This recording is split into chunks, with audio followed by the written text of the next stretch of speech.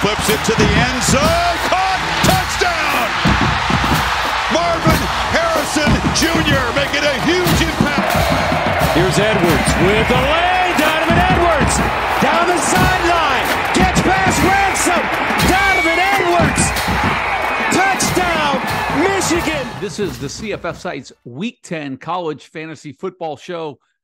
I am your host, Joe DeSalvo, the voice of the CFF Site. And let me just kind of start off by saying this. This is going to be a real quick one. I think I've mentioned in the opening over the last couple of weeks that I've gone a little bit longer than I thought. But, the wears and tear of the 2023 season have finally gotten me. I had an arthroscopic procedure on my knee late last week, and earlier today, I started to feel sick. So I've got a window here on this Sunday evening to get through this. Might look like a hot mess, but we're going to let the video keep rolling, and we're going to keep the mic hot, and we're going to keep going. I owe it to you guys, and we're going to get to a lot of the listeners' questions. I'm going to finish up or continue some of the conversations about the Heisman race, the college football playoff. And also, this week I want to start off with the 4-1 Super Fantasy League, because it's been several weeks since I've mentioned anything in regards to the 4-1 Super Fantasy League. And I really want to give a lot of guys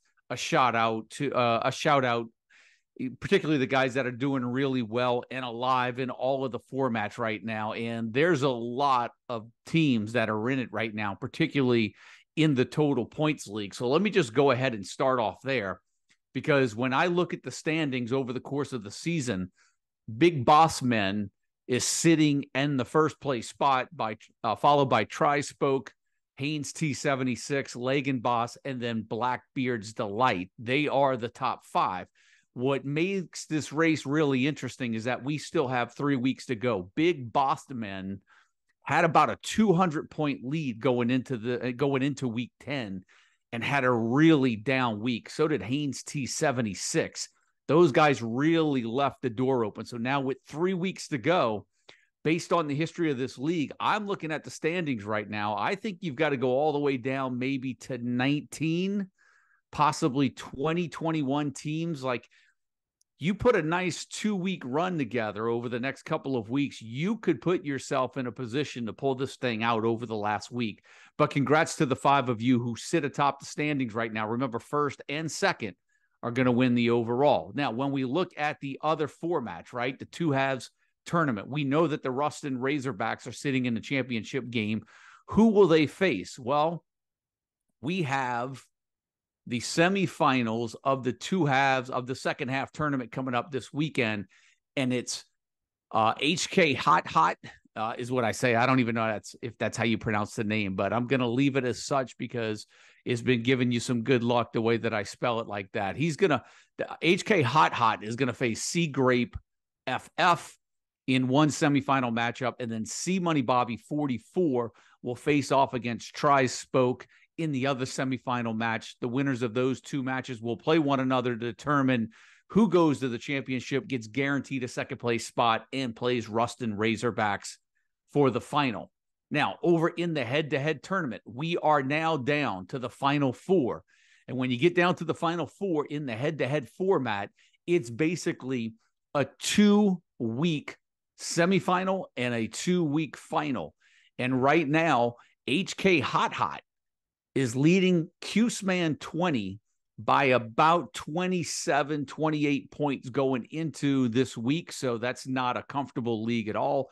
And then the other semifinal, the number 14 Vegas Killer Clowns with a very comfortable lead over the Jackson 4.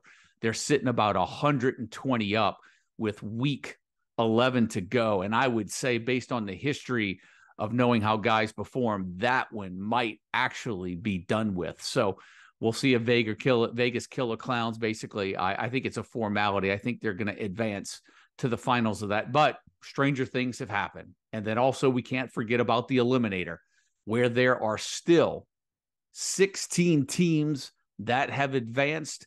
The top, I think the top 10 will advance into week 11. And then in week 12, the top, after coming out of week 11, the top 10 will advance. Week 12, top 5.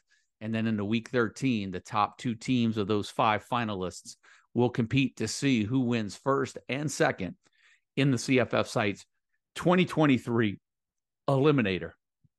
Now, let's go ahead and move on. Let's pick up the conversation where we did last week. College football playoff. Not much has really changed for me. I still think Michigan, Georgia, Ohio State, FSU, Florida State, those 4 teams are really sitting in the catbird seat. I think a lot of it's going to have to do.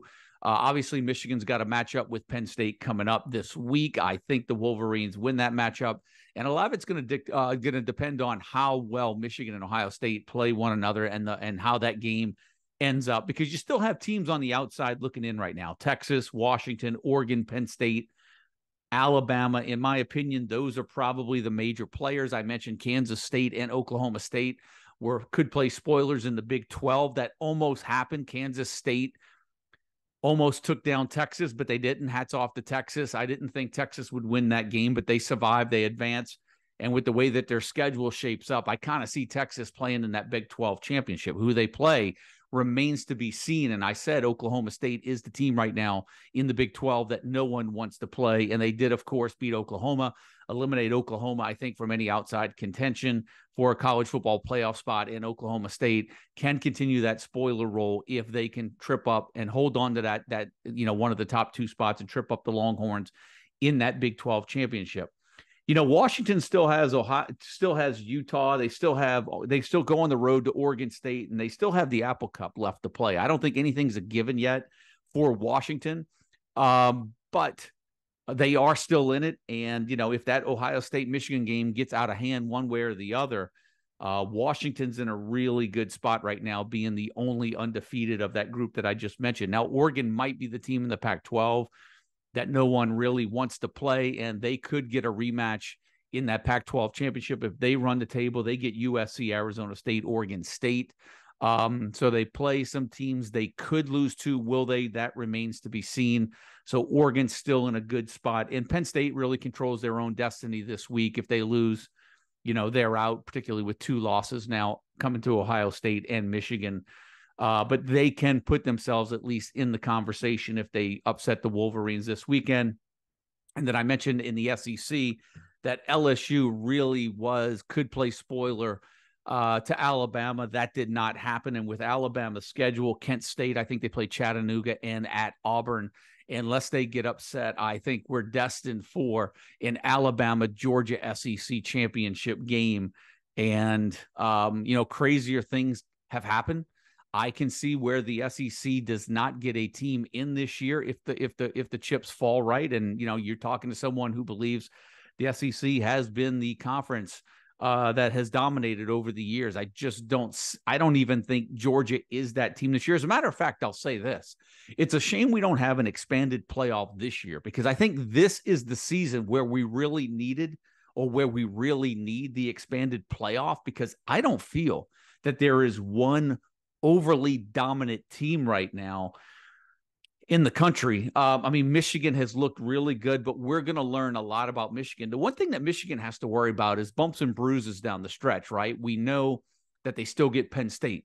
We know that they still have to play Ohio State, potentially a Big 10 championship game, and 2 college football playoff games if they happen to win a semifinal and get to the final. So I think Michigan's challenge is up ahead. They're really going to face a road that they haven't faced all season, and other teams have, where there have been some tough matchups. Michigan has not found themselves in that, but they're going to be in some dogfights, I think, coming up. So we'll see if they can survive. Now, so that's my top 4 right now: Michigan, Georgia, Ohio State, and Florida State. No particular order, but that's my top 4 that I could see the college football playoff. If it started today, that would be it.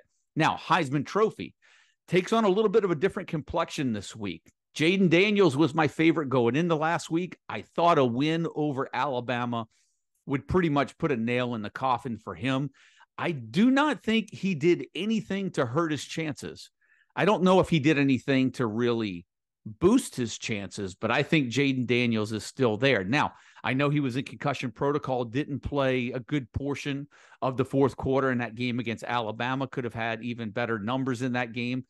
He was playing really well. Hopefully he comes back this week and can continue to post up big numbers and keep himself in that conversation. Michael Penix, I think, is going to be in the conversation just with the pinball numbers that Washington put up, particularly against USC. I just think of Michael Penix, and I look back at those 2 games against Arizona and Arizona State when he didn't account for a touchdown, and I just wonder, is he just sort of a product of an undefeated team right now, getting the attention because he's the quarterback, when in fact the defense is what carried that game against Arizona State a few weeks ago, when they were on the ropes. Bo Nix, I think, keeps himself in the conversation. Oregon's going to be there. I think Dillon Gabriel has now fallen out of the Heisman race, and there's going to be a question coming up in Discord, and I'm going to feed off of this answer a little bit. And Jordan Travis, for me, is still in there, and I think he has to be, as long as Florida State stays undefeated. Now, here's the difference. Is Florida State looking as electric as Washington at times? No, they aren't. Are they looking as dominant? Yeah, at times they do. Jordan Travis is doing it right now without, he didn't have his top 2 receivers this past weekend, still put up over 300 yards passing, and Florida State won fairly comfortably, even though it was close early. I think Jordan Travis has to be right now in the conversation to be in the top 3 for Heisman right now. And I think, because I feel it's so wide open right now, I wouldn't even discount Marvin Harrison Jr. right now, because he still has that big game coming up against Michigan, and he has carried that Ohio State offense. And I think the horse coming up on the outside right now, and hopefully nobody's checking behind them because he's coming fast, is you have to give Ollie Gordon II, the running back from Oklahoma State, some serious consideration. Ever since the Cowboys started Big 12 play, he has just been a monster going into last weekend. He was averaging over 200 scrimmage yards per game, I think in conference play, which is absolutely sick. And so I think Ollie Gordon right now is worthy of getting into that conversation of being some sort of a candidate for the Heisman as well. Now, that takes care of the college football playoff. That takes care of the Heisman race. What about some defense special teams for those of you guys that stream them this week? Week 11 is here, which means that for some of you guys, quarterfinal weeks of the playoffs, if you play in big leagues, or this is the final week of the regular season if you play in a format in which the top 4 teams make the playoffs, in which week 12 will be the semifinal week. I'm going to throw out a few of them to you guys this week. It's not a lot. This is a week where it helps to have the big guns on defense. Struggling guys here, but I'm going to get through it. Miami of Ohio versus Akron earlier in the week. I think you've got to take a look at that one. As soon as you listen to this podcast, if Miami of Ohio is available out there, you've really got to consider them. Army playing against Holy Cross. I'll be honest with you. I'm not terribly comfortable. I'm not really comfortable with that one, but with what Army just did to Air Force, how could you not consider them if you're struggling for a streaming option? Iowa State at BYU. That BYU offense struggled. Will Keaton Slovis come back? I don't know. If not, that Iowa State, the Iowa State defense, even on the road at BYU, still could be a decent play for you. I think Louisville playing against Virginia this week would be a nice option if they're available. If Tulane is floating around not Tulane, Toledo this week in MAC. I think Eastern Michigan is a good matchup for the Toledo defense, but it's MAC. You're still taking a gamble. And I think if Wisconsin has found their way back on the waiver wire, this matchup against Northwestern could be better than maybe what you have on your roster. So those are just a few of the defensive special team streaming options that I have for this week. But I'll be honest with you guys. I looked at all of the matchups this week, and I really do feel that this is just the week where if you're streaming, you're really at a disadvantage. And I think it's definitely the week to ride the big boys and the tried and true defenses, in your leagues this week. So with that being said, let's get into the Discord questions. I really appreciate you guys sending them in, and let's go ahead and get started on it. Here we go. There's a lot of questions coming in from N. Stefan. I didn't even see your question, but you sent it in first. So let me give you what I have off the top of my head. Can we trust Cam Ward anymore? I don't know. That's tough. I know it was a weather game this past weekend, but here's a question that I have for you. And for some of you listeners out there, it feels like this question's been posted in the Discord for 3 weeks now. If we're asking the same question of can we trust Cam Ward for 3 or 4 consecutive weeks, I think that's your answer right there, right? So that would be my answer on Cam Ward, on can we trust him? I don't think we can, but you're going to have to play the matchup and play the percentages and decide how aggressive that you need to be. Stefan says he should be a must start against a Cal defense ranked 127, but I said the same thing last week against Stanford. It was a weather game. Assuming I can't trust Cam, who do you like between Preston Stone, Baron Morton, Curtis Rourke, and Davis Brin? I would probably, without looking at the matchups right now, Preston Stone is the hottest right now. He also says, I know start your studs, but is Corum a must start against Penn State? They are number 2 rush defense, held OSU to about 2.5 per carry. I have LaDamian Webb, Bucky Irvin, LaQuint Allen, Jalen White, and Ontario Brown with favorable matchups. So listen, if you have that many good matchups, I think you really, really have to weigh your options on how aggressive you want to be. Here's the only thing that I'll say in regards to sitting Blake Corum. He leads the FBS in touchdowns right now. His 3 touchdowns this past weekend means that he has taken over the FBS league lead for most touchdowns this season. If you're willing to sit a guy that you know is going to get the ball at the goal line, then that's the risk that you're willing to take. Now, I do get it because maybe the scoring chances are far and few between against a Penn State defense, and Corum hasn't really been racking up the yards, right? So you almost need 2 or 3 touchdowns from Corum to justify starting him. And the question is he really going to go over the 100-yard mark against Penn State? It's a big question mark. We don't know because we really haven't seen Michigan play a full 4 quarters yet. They may steamroll Penn State. I have a feeling if Penn State plays against Michigan the way they played against Ohio State, then I would say Blake Corum would be worth a start. I think Michigan's going to play better than Ohio State did, but you know what? It's a roll of the dice. You've got some guys right there, LaDamian Webb. He's been a monster this year. Bucky Irvin has been completely consistent. Ontario Brown's been on a recent tear of late at the last 2 games, and Jalen White's been on a tear himself. So got to weigh those options as you have to enter your lineup. And you also say, I can't believe I'm benching Malachi Corley, but something's not right with Western Kentucky of late. I don't have a lot of alternatives, but could you look to Jermaine Brown and Terrell Vaughn? I think you could.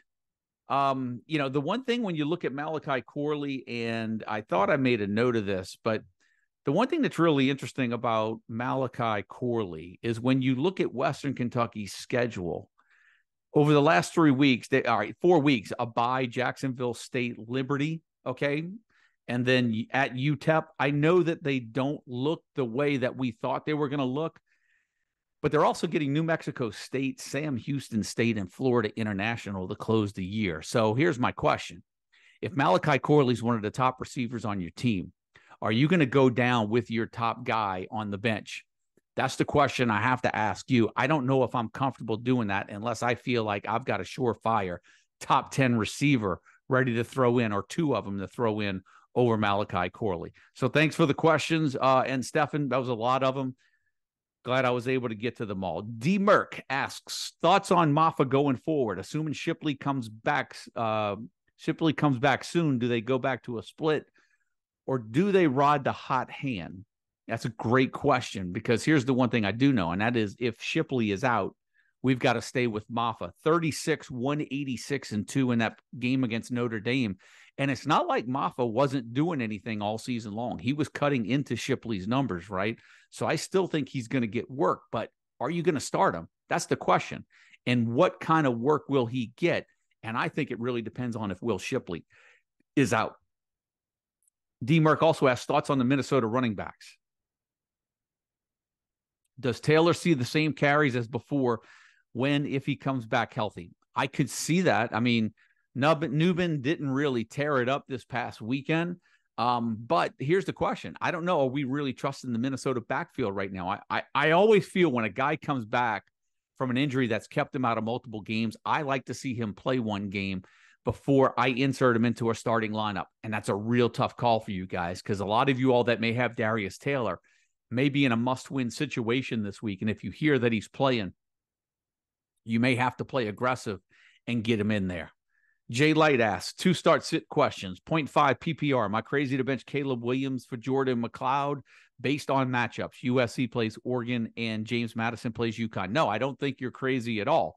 But I'll ask you the same question that was just posed a couple of minutes ago, and that is, are you willing to go down with Caleb Williams on your bench if he has one of those games in which he goes off? If you're going to play the percentages and go with the matchup, I've got no problem there. Jordan McLeod has been absolutely lights out as of late. I think you're in a good situation. I think you have at least a high floor either way that you go, but I don't think you're crazy if you do decide to go McLeod. But I will say this, check the weather. We're getting to that point of the year. Pick 2 for flex. Order is how I'm leaning. He's leaning Rasheen Ali, Terrell Vaughn, Maki Hughes, and Quentin Cooley. Ali, Vaughn, Hughes, and Cooley. I tell you, that's a tough one to go because right now Marshall hasn't looked right.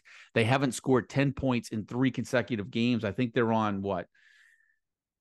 I don't know. I think maybe they're on like a 5-6 game losing streak. That's a really, really tough 5-game losing streak. 9 or fewer points, 3 straight games. If you're going to pass on Rasheen Ali, tough to pass on him against a Georgia Southern defense that just gave up a lot of rushing yards this past weekend. So I could see where you want to go with him because if Marshall scores, Ali's most likely going to be the guy to find the end zone. Vaughn's getting a lot of targets, no problem there. Hughes has gone over 100, I think, in 3 straight games, but he hasn't, or 4 straight games, but he hasn't scored in back-to-back games. The one that I think you're really taking a risk on benching right now is Quentin Cooley, who has scored multiple TD games a handful of times this year. He would be the one that I'd really think about getting in there over Ali or Vaughn at the end of the week when you've had to make a decision. So that's my thoughts on that. Johnny Awesome asks, who's playing well recently that has an easy schedule through the home stretch? Best defensive special team matchups championship week. Johnny Awesome, I have to tell you, man, I haven't looked that far ahead. Struggle getting through this program here, so my apologies. Hopefully I can get to this question next week. Bedtime 37, has Montrell Johnson dropped to 1B in the Florida backfield? I don't know if the Florida backfield's even worth having right now. If Braylon Allen is out again next week, can you roll with Acker, or is this now a full-blown committee? I think this was the week that if you were going to play Acker, you had to roll the dice and go with him. He didn't give you much this week, so I don't know why you would want to go with him next week. That's just my thoughts on Acker right now. I'd really have to see something out of him before I'm going to take a chance and put my playoff life on the line to start Acker at Wisconsin. Fire Guy 133, is Marshall's offense broken? I think I got to the Marshall question. Yeah, we've got some concerns there. 9 or fewer points in 3 straight. And what? I think I said 5-game losing streak. That's tough right now. And you guys with Rasheen Ali, and I'm one of them, have several shares of him. It's going to be hard to bench him this week. I don't think that I will. I'm a guy that likes to ride out my first-round pick. And I think this Georgia Southern matchup could be a get-right game. The question is, and this is what we don't know, is Rasheen Ali banged? We know he was out and missed some time. How banged up is he? Because health is really the concern for me. It's not necessarily the matchup this week. I think really that's where my concern is with Rasheen Ali. Jaeger 74, can I roll Quinshaw Judkins versus Georgia, or is Maffa, assuming no Shipley, a better play? I would also have Jaquindon, but he was seen limping, and that Utah guessing game feels like heartburn. Yeah, I get it with Jaquindon Jackson. Many of you guys have been burned all season long. And I think if Shipley is out, Maffa is one solid play. But you know what? Look, Cody Schrader just had a decent game against Missouri. I don't think I'm ready to bench Quinshaw Judkins against Georgia. He's looked really healthy over the last several weeks, and he's been on a tear. I think he's got 5 touchdowns in the past 2 games. John M87, Washington wide receivers. Do we trust them going forward? Lincoln Victor especially. I get it was a weather rain game, but the points were not there. Look, I think that did play a factor, but the one thing you can't deny is he had 12 receptions. And I remember somebody asking me this past weekend on a start bench, Lincoln Victor was one of the options in a non-PPR league. And he was the guy that I left off and said in a non-PPR, I would not start Lincoln Victor in this matchup because of the weather. I think he had 12 catches for 66 yards ended up being the right decision. But in a full-point PPR contest, it's hard to leave somebody like Lincoln Victor out. So your format does dictate what your moves will be moving forward. Do you play Judkins versus Georgia? John M87 asks. I just asked that one. And is the risk worth playing Darius Taylor, Newman of Minnesota, or avoid it? I did address that one already. So some of you guys in the same boat going into week 11. John M87 back again. What are your thoughts of Oklahoma going forward, especially with Gabriel losing a few big games? They seem to be running more than the beginning of the season. Therefore, is Gabriel worth the lineup play or no? Well, look, here's the deal. This is Dillon Gabriel, to me, was one of those players that fit the conversation of, as long as he was in the Heisman conversation, I felt like they were going to try to feed him and kind of pad those numbers. I don't think Oklahoma's in it anymore. I'm kind of curious to see if they spread it around a little bit, particularly on the run. I'm not so sure that Dillon Gabriel is going to have his number called, or he'll call his own number as often as he has been over the past several weeks. And for that reason, maybe there is a slight dip in Dillon Gabriel's stock here over the last couple of weeks. Let's see. Meeps. What fun postseason games do you have planned? That's TBD. I'd like to do a college fantasy bowl league again, but we've got to figure some things out, man. These dropouts and transfers have really killed that type of a format. So we'll figure it out.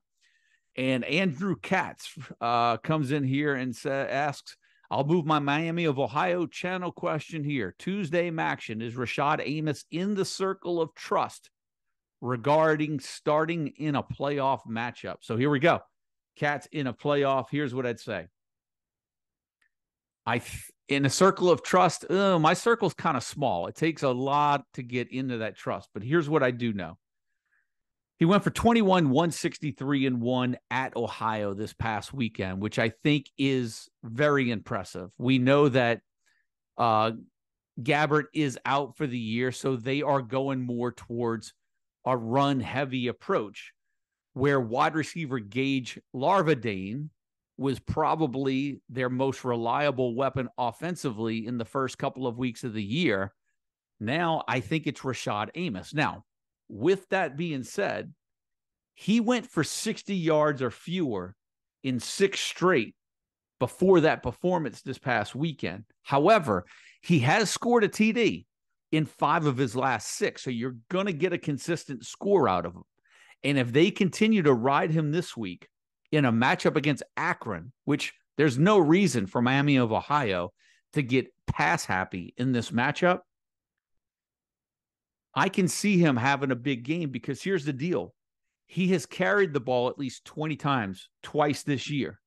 Both of the times he's gotten 20 totes, he's gone over the 100-yard mark. Will he see a heavy dose and 20 carries against Akron? Because my guess is if he does, he's worthy of a start. He'll likely get 100 yards, and he's going to likely find the end zone for you. So there's my answer, Cats. I'm in on Amos this week, considering, I don't know the lineup or the roster you're facing, but I think he's worth a play. Shaz asks, is EJ Warner worth the waiver wire ad for a playoff run? Great numbers his last 2 games and a fairly easy schedule to close out the season. Other options include Jalen Milroe, Darren Granger, and Jacob Zeno.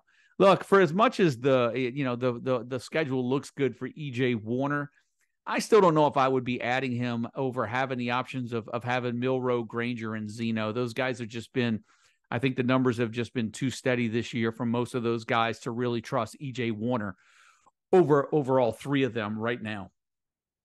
And so that's going to do it, guys. That's going to take care of all the questions this week. That's my opinion on the college football playoff race, the Heisman race, the streaming defenses, the accolades for all you guys in the CFF Sites 4-in-1 Super Fantasy League. I'm really struggling to get through this week's show. I really thank you guys for all the questions that you sent in. I thank all of the subscribers' support on behalf of Mike and myself for all of your support this year. We might be down and out, but the show must go on. So, this will get up. This podcast will get up on the website late tonight. It'll be posted by Monday. Mike's waiver wire will be posted by then as well, and my notes and observations were up earlier today. So that's going to do it, guys. We're moving into the final weeks of the college fantasy football season. For all of you guys competing for a playoff spot this week, good luck. For all of you guys in the playoffs, good luck. The money weeks are here. I'll talk to you guys in week 11. Till then.